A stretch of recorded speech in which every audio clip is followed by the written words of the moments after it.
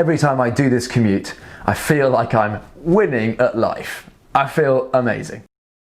Hi, my name's George Bullard. I'm a professional explorer, and this is the wackiest commute on the planet. The wackiest commute genuinely came about a few years ago when I used to kayak along the River Thames, and I've really brought this post-lockdown to Wales, where I have been locked down with my girlfriend.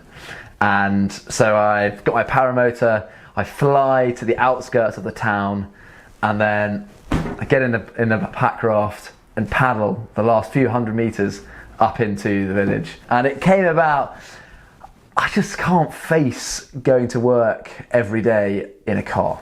I think that's boring.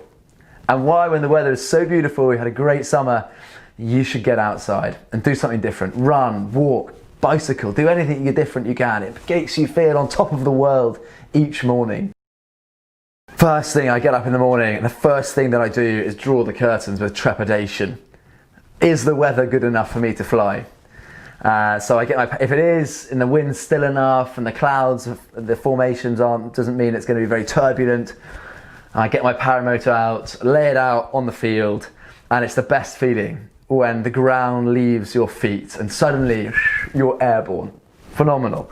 Some people find it, stop and look at me in the car as I'm like flying alongside the road, watching my landing spots, checking the wind direction, and come into land, then feel the grass beneath my feet, pump the old girl up, straight into the river, and paddle into Presteigne. So from the moment that I get out to check the weather to the moment that I arrive at my desk is an hour.